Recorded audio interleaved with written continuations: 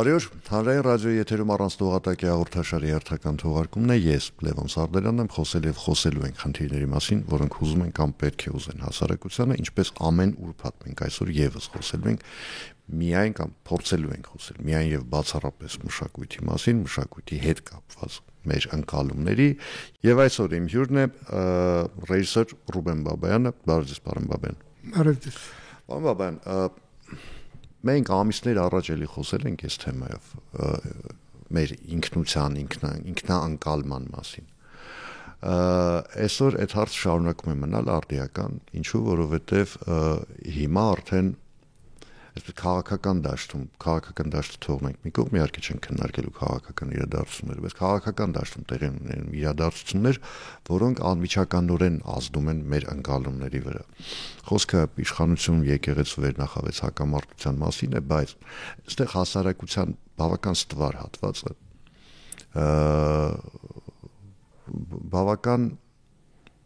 ես չգիտեմ ոնց բնորոշեմ, դա բավական անհասկանալի իրավիճակում է հայտնվել։ Մի կողմից մենք բոլորս այդ թվում նաև ինքնության մասերից մեկը, բաղկացուցիչներից մեկը, դա քրիստոնեությունն է, իսկ քրիստոնեությունը հայ մարդու մեծամասնության ընկալմամբ դա հայ առաքելական եկեղեցին է, այսինքն ինքը մարմնավորում է քրիստոնեությունը։ Հիմա այս ամենի արդյունքում դա սկսել է վտանգվել որոշակիորեն, այսինքն մարդիկ որ սկսել են քրիստոնեությունը տարանջատել հայ առաքելական եկեղեցուց։ Հիմա դա որքանով է վտանգավոր այդ գործընթացը։ Ես գիտեմ, որ դուք ագնոստիկ եք, բայց մշակութային իմաստով եմ ասում։ Շնորհակալություն։ Կարծում եմ, եթե անկեղծ ասեմ, բարդ հարց եք տալիս, որտեղ կարծում եմ մենք մտնում ենք այնպիսի մի ոլորտ,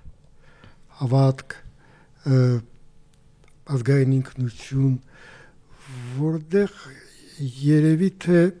անհատական մոտեցումը պետք է յուրաքանչյուրի կողմից։ Սա չի կարող կոլեկտիվ ձևով լուծվել, հա։ Ես կարծում եմ, որ հայ առաքելական եկեղեցին իսկապես ազգային արժեք է։ Անկախ նրանից կա եւ հայ կաթոլիկ, կան եւ հայ բողոքականներ, հայ աթեիստներ, ագնոստիկ ձերխոնար, հեթանոսներ, մահմեդականներ, ամենահայերի մեծ։ Եթե մենք կապենք եկեղեցին զուտ հավատքի հետ, միայն ավելի շուտ հավատքի հետ, ոչ թե զուտ, մենք կարծում եմ մենք մի քիչ կահկատացնենք շրջանակը այն հասարակության խավերի, որոնք ընկալում են եկեղեցին որպես նաև մշակութային եւ պատմական եւ հայկական արժեք։ Այնպես է դասավորվել կյանքում եւ ոչ միայն մեր կյանքում, երբ նայում ես նաև ուրիշ երկրների հարուստ պատմություն ունեցող եկեղեցին շատ մեծ դեր է կատարել առաջին հերթին նաև լուսավորության տեսակետից։ Իզուր չէ, որ մեր եկեղեցին կոչվում է լուսավորչական, հա։ Նայեք բազմաթիվ գրքեր, թարգմանություններ, դրանք բոլորը ստեղծել են հիմնականում եկեղեցականները, որտեղ գրագետ խավը եղել են եկեղեցականները։ Եվ այն, ինչ փոխանցվել է սերունդեսերունդ, հիմնականում փոխանցվել է հենց եկեղեցու միջոցով։ Ինչպես եւ ով ինչպես կարող է ընկալել։ Եթե դու կապում ես հայ եկեղեցին զուտ միայն հավատքի հետ, շատ հավանական է, որ դու կարող ես նաև եւ մերժել, եթե դու ասենք թե չես հավատում կամ դավանում ես ուրիշ, հա, ուղղություն կաթոլիկ կամ բողոքական կամ ուղղափառ, դու կարող ես նաև մերժել ամբողջ եկեղեցին։ Ինձ թվում է այստեղ պետք է մի քիչ տարանջատված մոտեցում լինի։ Եկեղեցին միայն հավատք չի։ Եկեղեցին միայն ճարտարապետություն չի։ Եկեղեցին միայն կրթություն չի։ Եկեղեցին դա մի համալիր է։ Եվ կարծում եմ այս գիտակցումը, որ եկեղեցին իրականում շատ ավելի լայն հասկացողություն է կան բուն հավատքի հետ կապված, հա, մի ինստիտուտ, անհրաժեշտ է, որ ընկալվի ոչ միայն հոտի կողմից, եթե կարելի այսպես ասել, այլ միգուցե առաջին հերթին եկեղեցականների, որտեղ երբ որ դու հասկանում ես ինչ է քո վրա դրված, հա, ինչ միսիա է դրված, սա նաև բարձրացնում է քո պատասխանատվությունը։ Դու կրում ես ոչ միայն հավատքի այդ միջանկյալ դերակատարումը, այլ նաև կրում ես այն ամենահարուստ մշակութային ժառանգության, որը նաև չի կարող մնալ զուտ որպես ժառանգություն, այլ պետք է զարգանա եւ շարժվի առաջ, որտեղ միայն պահելով որպես ժառանգություն այն հարստությունը մշակութային, որ մենք ունենք, եւ չաշխատելով դա մշտապես հարստացնելու վրա, մենք իրականում դատապարտում ենք մոռացության հենց մեր հարուստ մշակութային ժառանգությունը։ Կա Հայաստանի Հանրապետության սահմանադրություն, որտեղ եկեղեցին անջատված է պետությունից։ Սա մի կետ է, որը իրականում կա շատ եւ շատ երկրներում, ամբողջ Եվրոպայում, որտեղ երևի թե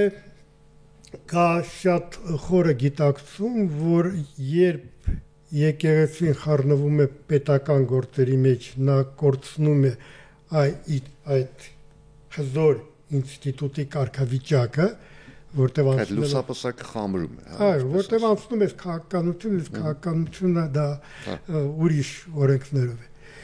Եվ նաև կա պետության կողմից գիտակցում, որ եթե դու փորձում ես նույնիսկ շատ բարի նպատակներով,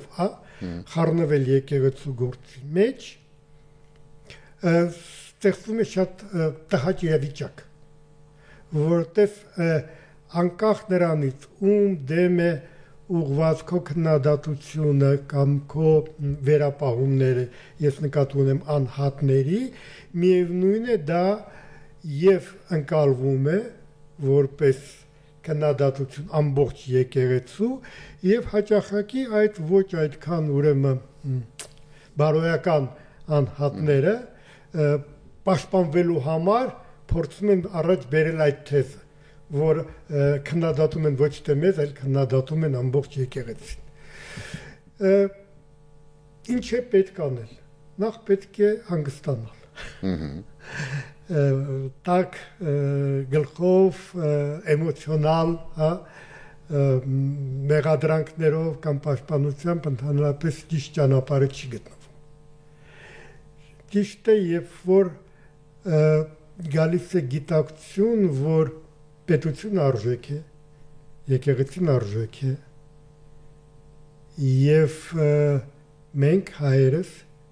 այդ երկու արժեքներ, կարևորագույն արժեքներ կրողներն ենք ու պաշտպանողներն ենք։ Ընդ որում իրենք զուգահեռ արժեքներ են, ինչի համար եմ ես այսպես ասում, տեսեք, որովհետեւ մեզ մոտ ընդունված է այդ խոսույթը, որ Հայաստանի Հանրապետությունը դա ազգային պետություն է։ Եվ մենք ունենք այդ վստահությունը հիմնավորված հիմնականում, որ հայ առաքելական եկեղեցին դա նույնպես ազգային արժեք է, այսինքն մենք ունենք երկու արժեք, պետություն եւ եկեղեցի, որոնք երկուսն էլ ազգային են, հա։ Եվ այդ իմաստով ես ենթադրում եմ, որ այնտեղ պիտի զուգահեռներով գնանք, ոչ թե զիգզագներով, ենթադրում եմ, խաչվելով իրար հետ երբեմն ժամանակ առ ժամանակ։ Ես կարծում եմ, որ ընդհանրապես կարող են եւ լինել։ Հիմա դուք խոսեցիք ազգային արժեքի մասին, կոմիտասը ազգային արժեքի նշանակ։ Կոմիտասը ունեցել է բախումներ եկեղեցու հետ, շատ լուրջ։ Գրիգոր Նարեկացին ազգային արժեք։ Միգուցե այդ ժամանակ առ ժամանակ ստեղծվող հակասությունները տալիս են հնարավորություն ավելի ճիշտ ճանապարհ գտնել երկխոսության համար։ Գիտեք, որտեվ երբ մենք ասում ենք, իսկ մենք մեր փորձի վրա, մեր պատմության վրա դա շատ լավ գիտենք, որ խնդրեմ չկա, իրականում մենք թաքցնում ենք խնդիրները։ Մենք ժամանակին ասում ենք այդպես բանակի մասին։ Դա օգուտ տվեց բանակին, թե ոչ, ճիշտ հակառակ։ Ճիշտ հակառակ։ Խնդիրներ կան բոլոր ոլորտներում, նրանք չեն կարող չլինեն։ Խնդիրներ չկան միայն գերեզմանատանը։ Կենթանի կյանքում կան խնդիրներ։ Յուրաքանչյուր մարդ իր ներսում կրում է խնդիրներ, հակասություններ։ Եվ ինչքան դու ավելի լավ ես դա տեսնում։ Այդքան շատ ես մտածում դրա մասին, այդքան ավելի կոնստրուկտիվ է քո մոտեցումը ելք գտնելու վերաբերյալ։ Ես կարծում եմ, որ խնդիրներ իհարկե կան։ Խնդիրներ կան պետության մեջ, խնդիրներ կան եկեղեցու մեջ, խնդիրներ կան իրանց հարաբերությունների մեջ։ Ես նաև հանրային խորհրդի անդամ եմ եւ մենք այդ հարցը քննարկել ենք այդ ուրեմն նոր ստեղծվող կոնֆլիկտը, երբ որ նա նոր էր դեռ 3 թե 4 ամիս առաջ։ Եվ հանրային խորհուրդը միաձայն ուրեմն ընդունեց հայտարարություն, որ ամենաճիշտը վերադառնալ սահմանադրության պահանջներին։ Եկեղեցին ու պետությունը անջատ են։ Եկեղեցին ու պետությունը անջատ են, դա ոչ միայն նշանակում է, որ նրանք չեն խառնվում իրար գործերի մեջ, դա նշանակում է, որ նրանք ունեն համապատասխան հարգանք իրար հանդեպ։ Սա շատ կարևոր է։ Եթե մենք փորձենք դասել, ասենք թե եւ ասել, որ այս մի օղակը իրավունք ունի անհարգալից վերաբերմունքի, նույնիսկ եթե եւ պետության ղեկավարներն են լինում բազմաթիվ թերությունով եւ եկեղեցու ղեկավարները կարող են ունենալ բազմաթիվ թերություններ, բայց ինստիտուտի հանդեպ հարգանք անհրաժեշտ է, եթե խնդիրը ինստիտուտի առողջացումն է։ Եթե խնդիրը ոչնչացումն է, դա արդեն ուրիշ հարց է, բայց ես չեմ կարծում, որ որևէ մեկ այ կարող է նման խնդիր դնել իր առաջ, լինի դա եկեղեցուց դուրս, եկեղեցի ներս։ Այնպես որ պետք է մի հատ գիտեք քանի որ խոսում ենք եկեղեցու մասին, վատի մասին, Աստվածաշնչում կա մի հրաշալի արտահայտություն։ Բարի ցանկություններով կառուցված է դժոխքի ճանապարհը։ Դրախտի ճանապարհը կառուցված է բարի գործերով։ Մենք միշտ որևէ գործողություն նախատեսելիս կամ իրագործելիս պետք է միշտ մտածենք հետևանքների մասին, որտեղ կարող է պատահել, որ հետևանքները լինեն ոչ այն, ինչ մենք սպասում ենք, երբ կարծես թե ամենաբարի նպատակներով սկսում ենք մեր գործունեությունը։ Որևէ մեկին երբեք չի խանգարի կրկնակի որևէ գործողություն կիրառելուց առաջ մի քիչ մտածել։ Դե մտածել ընդհանրապես առողջության համար միգուցե այնքան էլ օգտակար չի, բայց կյանքի համար պետքական գործ է։ Ես դեռ համաձայն։ Հիմա տեսեք, պարոն Բաբայան, իրավիճակը միգուցե այսպեսին չլիներ, ընդհանուր առմամբ եմ ասում, եթե այսպես չլիներ հասարակության գործոնը, այս դեպքում մի քիչ լավ իմաստով չեմ ասում, մենք բացասական չէ, բայց լավ իմաստով չեմ ասում, որտեղ տեսեք, ընդհանուր առմամբ մեր հասարակությունը, այսպես մշակութային իմաստով գերզարգացած չի, ինչպես երբեմն մենք ինքներս մեզ փորձում ենք ներկայացնել եւ ներկայանալ աշխարհին, իրականում այդտեղ էլ չափազանց շատ խնդիրներ կան։ Բայց այդ խնդիրների աղբյուրը ինքը հասարակությունը չի։ Խնդիրներից մեկը, օրինակ, նույն մշակույթի հանրահռչակման, չասեմ բացակայությունն է, բայց թույլ հանրահռչակումն է։ Տեսեք, մենք խոսում ենք եկեղեցուց։ Եկեղեցում պատարակները դեռ իրականացվում են գրաբարով, միջին հայերենով, որը նույնիսկ ինձ համար, որ հայոց լեզվի մասնագետ է, երբեմն անհասկանալի է։ Մենք ունենք հրաշալի թատերախմբեր, մենք ունենք հրաշալի երաժշտական խմբեր, որոնք այսպես շարունակում են պայմանական ասած արխայիկ երաժշտություն մատուցել, արխայիկ լեզվով ներկայացումներ մատուցել։ Դա ինձ ու ձեզ համար լավ է, հա, որովհետև դա մենք դրան ենք սովոր, բայց երիտասարդությունը այդ process-ում չի ներգրավում, իրենք դուրս են մնում դրանից եւ հիմա երիտասարդությունը այս ամենին, նույնիսկ այս զրույցին հետևելով, ասում լավ է, մարդիկ ինչ մասն է խոսում։ Ուրեմն կարծում եմ շատ կարևոր խնդիր եք բարձրացնում։ Իմ ու դեր համար էլ լավ չի։ Դե փորձեմ ասել։ Գիտեք, ամեն ինչ ընկալվում է ժամանակի մեջ։ Կներեք, ես որ ասում եմ իմ ու ձեզ համար լավ է, այն իմաստով է ասում, որ կոմֆորտ զոնայում ենք, այսինքն անհասկանալի ոչինչ չկա։ Դե արվեստը հասկանալու մեջ միայն, հա, զգալու մեջ։ Ժամանակները բերում են, փոխում են ձևը։ Այն որ դուք ասում եք արխայիկ, դա վերաբերում է ձևին, այլ ոչ թե բովանդակությանը։ Ձևը շատ մեծ նշանակություն ունի։ Ձևը հաճախակի որոշում է հենց բովանդակությունն է։ Եթե ձևը արխայիկ է, դու արդեն բովանդակության մեջ չես խորանում, դու մերժում ես։ Եթե ձևը ժամանակակից է, դու մտնում ես բովանդակության մեջ։ Չեմ հիշում ով, բայց մի շատ լավ արտահայտություն էր արել, ասել էր, որ եթե Ռաֆայելը ապրեր 19-րդ դարի վերջում 20-րդ դարի սկզբում, նա կլներ իմպրեսիոնիստ։ Ամեն ժամանակ տալիս է իր ձևը։ Այն ինչ որ երեք լավ էր, առավել եւս կատարողական արվեստի տեսակետից։ Այսօր չի նայվում։ Այն ինչ որ այսօր է շատ լավ, վաղը չի նայվի։ Միշտ զգալ ժամանակի զարկերակը շատ կարևոր է։ Առավել եւս եթե դու ուզում ես կոնտակտի մեջ լինել մարդկանց հետ։ Նայեք, դարեր շարունակ հնչում են մեղադրանքներ երիտասարդ սերունդի վերաբերյալ։ Ինչու են այդ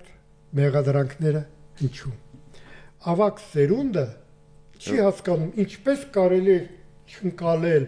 այն արժեքները, այն մշակութային ձևերը, որին նրանք երկրպագում են։ Ու մեղադրում են երիտասարդ սերունդին, որ նա չի հասկանում։ Եվ հետո այդ երիտասարդ սերունդը դառնում է ավակ, մեղադրում է մյուս երիտասարդ սերունդին, բայց միևնույնն է մշակույթը զարգանում է, արվեստը զարգանում է, ամեն ինչ լինում է։ Ուրեմն խնդիրը հետևյալն է, մենք պարզապես չենք հասկանում, որ փոխվում է սերունդ, փոխվում է ժամանակը, եւ անհրաժեշտ են նոր միջոցներ, նոր ձևեր։ Նայեք, առանց որևէ մեկին ուրեմն դիպչելով պարզապես արձանագրում եմ այն ինչ կա։ Հեռուստաընկերությունների միջև բրցակցություն է գնում, ով ինչպես, ով կստանա պետական ուրեմն փայից ինչ-որ բան, ով չի ստանա, եթե փակում են քաղաքական ուրեմն դրդապատճառներ են գտնում, կարող է լինեն, կարող է չլինեն, դա երիտասարդ սերունդը չի նայում հեռուստացույց։ Իրականում, եկեք արձանագրենք։ Ինչու չի նայում։ Առաջ մենք համարում էինք, որ եթե լինեն մի քանի ալիքներ, կլինի մեծ ընտրություն եւ մարդու իրավունք այդ ընտրություն կատարել։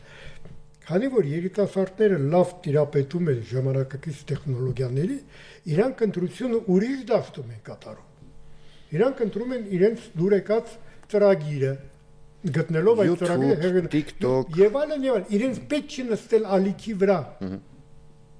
Ընդ որում երբ ասում եմ երիտասարդներ, ես նկատում ունեմ արդեն 40-45 տարեկան մարդկանց։ Ես ձեզ ասեմ, այսպես լրացնեմ ավելի շատ, ինձ համար հեռուստացույցը երբեմն սերիալ նայելու, երբեմն ֆուտբոլ նայելու գործիք է, հիմնականում փոքրից համար մուլտֆիլմեր պատտեցնելու։ Շատ շատերը, ընդ որում ոչ միայն Հայաստանում, շատ երկրներում, պարզապես անջատում են իրենց հեռուստացույց ալիքները։ Միացնում են միայն ուրեմն համացանցը եւ գտնում են այն ինչ որ ուզում են։ Քեզ հետաքրում է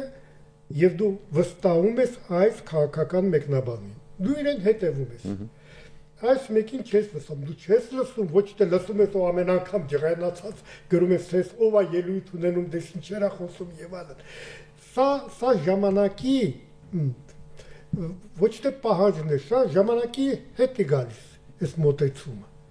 Սա կարելի է անտեսել, բայց ինքը կա երևույթ։ Բայց այդտեղ ուրիշ վտանգ էլ կա, պարոն Բաբայան, տեսեք, երբ ես հետևում եմ միայն այն ամենին, ինչի հետ ես համաձայն եմ, ես հայտնվում եմ այսպես յուրատեսակ այդպիսի արտահայտություն կա տեղեկատվական զանգի մեջ, նույնը մշակույթին է վերաբերվում։ Եթե ես չգիտեմ, միայն ժամանակակից արվեստ եմ նայում, հա, ինձ թվում է, որ դրանով արդեն աշխարհը սկսվել, աշխարհը ավարտվել է, այսինքն ես մարգինալ եմ դառնում, այսինքն։ Դե, խոսքը չի գնում նա մասին, ինչ հետ ես համաձայն եմ։ Իրականում մարդկանց մեծամասնությունը հետաքրքրասեր է։ Նրան հետաքրքիր է ամեն ինչ։ Եթե ես ստանում եմ միայն այն մտքերի ուրեմն հավանությունը, որը ես ակնկալում եմ, դա իմ համար դառնում է անհետաքրքիր։ Եթե այն ինչ որ ես նայում եմ, ինձ ստիպում է մտածել, հաճախակի փոխել կարծիքս, այս ինձ համար ավելի հետաքրքիր է։ Եվ հավատացեք, որ հանրության մեծ մաս առավել եւս երիտասարդները այդպիսին են, իրանք կարծրացած չեն որոշակի։ Ինչալուց այս ձեր խոսքի վրա երկու միտք եկավ, երկու մեջբերում ավելի ճիշտ, մեկը Չերչիլին էր ասում էր, ամենամեծ հիմարը նա է, որ երբեք կարծիք չի փոխում իրականում։ Եվ Էյնշտեյնինը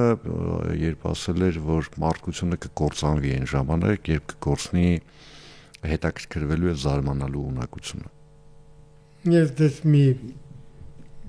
մեջբերում էլ անեմ, գուցե ոչ այդքան ստույգ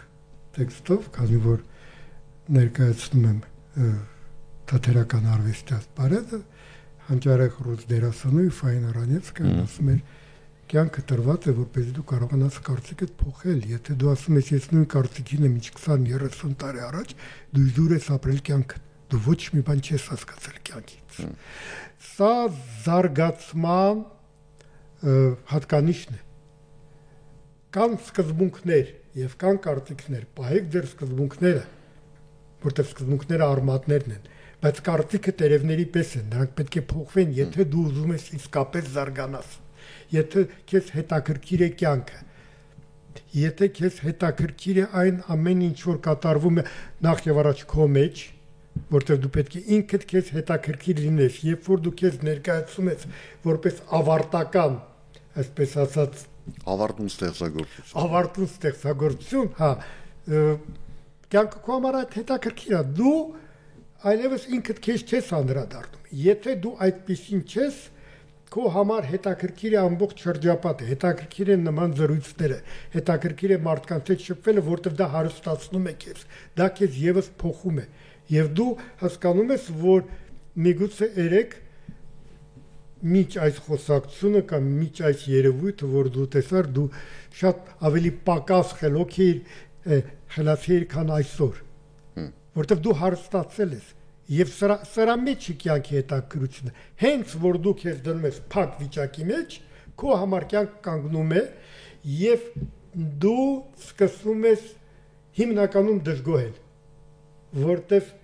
այն ամեն ինչ որ կատարվում է քո շուրջը չի տեղավորում քո այդ կարծրացած վիճակի մեջ։ Ի վերջո հայտնվում ես 100 տարվա մենության էթերոսներից մեկը կար Բուենզյան, ավագը, որ մնում է 5 շաբթի թե ուրբաթի մեջ է մնում, հիշում եք, որ այնտեղ բանկա որ ասում է այսօր ու անընդհատ ուրբաթ է, մարդու համար այլևս այդ բայից սկսած որևէ բան չփոխվեց։ Հիմա տեսեք, այն ինչ որ դուք ասում եք, բնականաբար ես 100%-ով ընդունում եմ, որպես բացարձակ ճշմարտություն, բայց որpիսի այդ ինքնահայեցման process-ը լինի, ընդ որում պետք է ընդունենք, որ մարդիկ շատ տարբեր են լինում, հա, պետք է կողքից ինչ որ խթան լինի, ստիմուլ պիտի լինի, որ այս մարդը մտնի այդ դաշտ, ասի չէ մի հատ արի, ես մի հատ վերանայեմ իմ այս կարծիքը, իմ այս տեսակետը, իմ վերջին ապրած 1 տարին կամ չգիտեմ 5 տարին եւ այլն։ Այդ ստիմուլը որպես կանոն լինում է հոգեվոր դաշտում։ Հոգեվոր դաշտում ես նկատի չունեմ եկեղեցում։ Հոգեվոր դաշտում արվեստ, մշակույթ, եկեղեցի այդ թվում։ Եվ էլի գալիս ենք այդտեղ, որ հանրահռչակման խնդիր կա, այսինքն դու պիտի ստեղծես ինչ-որ տարբերակ, որ այդ մարդու դուրսեցես մտնես իր տուն։ Այդ ոնց պիտի արվի։ Թատրոնը շատ հետաքրքիր երևույթ է։ Թատրոնը կառուցված է կյանքի սկզբունքներով։ Եվ նա ով ուզում է հասարակության հետ մտնել շփման մեջ, պետք է լավ իմանա թատերական օրենքները։ Իրական դու պետք է հետաքրքիր լինես։ Դու չես կարող պարզապես մտնել եւ ասել, լսեք, ես եկել եմ դες կարևոր բան ասելու, քեզ ոչ ոք չի լսի։ Սովորեցնելու։ Առավել եւս սովորեցնելու։ Առավել եւս տաղտկալի ճշմարտություններ ասելու։ Եթե ես կանգնում եմ ամբիոնին ու ասում եմ, ժողովուրդ, հայրենիքը պետք է սիրել, ես ինչ-որ բան եմ բացահայտում նոր։ Օդը պետք է շնչել, մոտավորապես նույն տրամաբանությունն։ Ծնողներին պետք է սիրել։ մորը պետք է սիրել։ Չգիտեմ, հազար ու մի բան, մի ասեք, արեք, ցույց տվեք, ձև գտեք, ցույց տվեք, որ դա հետաքրքիր է։ Բերեմ հասարակ օրինակ, հա։ Վերջը կա մեկ Աստված, Աստվածաշունչ, ինչքան էլ տարբեր փոքրիկ մանր մունդր մեկնաբանություններ չլինեն, առավել եւս ուրեմն օրացուցային, հա, բաներով, դա այդքան էլ կարևոր չի։ Երբևիցե մտածել եք աղանդների, այսպես ասած, ներհոսքը ինչով է բացատրվում։ Ես դրա պատասխանը ունեմ։ Ձև են ման գալիս նոր։ Հա։ Մտնում են տուն, հաճախակի, բայց սկսում են հրապուրել, սկսում են ինչ-որ բան ներկայացնել, ամերիկյան եկեղեցիներում ջազ համերգներ են տալիս, որպեսզի ունվորում վաղուց են տալիս, հա։ Իմիջիայլոց կներեք դրա հետ կապված մի պատմություն հիշեցի, որ իրական պատմություն է, իմ հոր ընկերոջ հետ եղել Հենրիկ Գարուկյան, նկարիչ։ Դուրս էցում են մի անգամ, բացում է Եհովայի վկաներ են կանգնած, ասում են բարև ձեզ, Աստծուն կընդունեք ձեր տանը, ասում աթող ինքը ներս գա դուք երկուսով ռադեղ եք ստեղից, բայց նկատի ունեմ, հա, իրենք այդ նորերը, պայմանական եմ ասում նորերը, հա, իրենք ինչ-որ անդադ փնտրտուքների մեջ են իրենք։ Լոնդոնի գլխավոր եկեղեցում, որտեղ երկեհոն է դրած Անգլիա, ավանդական արժեքներ, եկեղեցում ես տեսնում եմ ժամանակակից արվեստի ուրեմն էքսպոզիցիա, գունավոր ներկված ավանակներ, արտակարգ հետաքրքիր արված, եւ միաժամանակ տեղի է ունենում ուրեմն դասական երկեհոնային երաժշտության համերգ։ Իմիջիայլոց չընդհատելով մի քանի օր առաջ բառացիորեն Փարիզում եկեղեցիներից մեկում տեղ ունեցավ համերգ նվիրված Հայաստանի Հանրապետության անկախության հերթական տարեդարձին, բայց դա եկեղեցում էր, այսինքն համերգասրահում չէր։ Այսինքն այնտեղ այդ մշակույթը կա։ Ես կարծում եմ դա շատ կարևոր է։ Վերջո մենք ուզում ենք մարդկանց բերել եկեղեցի։ Ինչպես ենք բերում։ Կարելի է մարդկանց մեղադրել, կարելի է ասել ինչու չեք գալիս եկեղեցի, բայց կարելի է նաև ինչ որ գործողություններ անել, որ իրենց հետաքրքիր լինեն, թող գան, թող տեսնեն, թող լսեն, թող շփվեն ձեր հետ, թող եկեղեցականը մտնի ամեն մի ընտանիք, որտեղ հավատքը դա շատ անհատական process է։ Կոլեկտիվ շատ դժվար է դա իրականացվում, եւ յուրաքանչյուր հավատացյալ երբ զգում է եւ տեսնում է եկեղեցականի շահագրգռվածությունը լավ իմաստով իր հետ խոսելու, իրեն հանգստացնելու, իրեն ոգևորելու, իրեն ճիշտ ճանապարհը ցույց տալու։ Մի օրինակ բերեմ, որ իմ համար շատ կարևոր է։ Ճիշտն ասած, ես ունեի ընկերներ։ Ռուսաստանում էին ապրում, իրենք հրեա էին, բայց այտենց շատ հավատացյալ հրեաներ չէին։ Եվ ուրեմն հետո իրենք դառան քրիստոնյա։ Այդ ժամանակ շատ եւ շատ հրեաներ դարձան քրիստոնյա, հայր մեն կար, կիսա հրեա, կիսա ռուս, եւ իր շնորհքով շատ ու շատ հրեաներ դարձան ուղղափառ։ Այս իմ ընկերները դարձան կաթոլիկ։ Ու ես իրենց հարցրեցի, ասացի, բայց ինչու կաթոլիկ են, ոչ թե ուղղափառ կամ չգիտեմ, ուրիշ բան, իրենք շատ պարզ պատասխան տվեցին, ասին, գիտես, այն մարդը, որը մեզ ցույց տվեց ճանապարհ դեպի Աստված, կաթոլիկ էր։ Ով է ուսուցիչը։ Ով է ուսուցիչը։ Ուսուցիչ պետք է լինել, ուսուցիչ լինելու համար պետք է մեծագույն հարգանքով ու սիրով վերաբերվես աշակերտին։ Հակառակ դեպքում դու ուսուցիչ ես։ Ամփոփելով ուղղակի էլի մի այսպեսի պրիչա հիշեցի, դրանով կավարտենք, ուսուցիչը ասում է հասկացիր, ասում է, հիմարը նա չէ, ով չի հասկանում, այլ նա է, ով վատ է բացատրում, հասկացար, ասում է, ոչ ուսուցիչ։ Շնորհակալություն, հիշեցնեմ այսօր իմ զրուցակիցներ ռեժիսոր Ռուբեն Բաբայանը, ես Լևոն Սարդարանն եմ, կհանդիպենք արդեն երկուշաբթի օրը նույն ժամին, նույն վայրում, հաջողություն եւ համբերություն բոլորիս։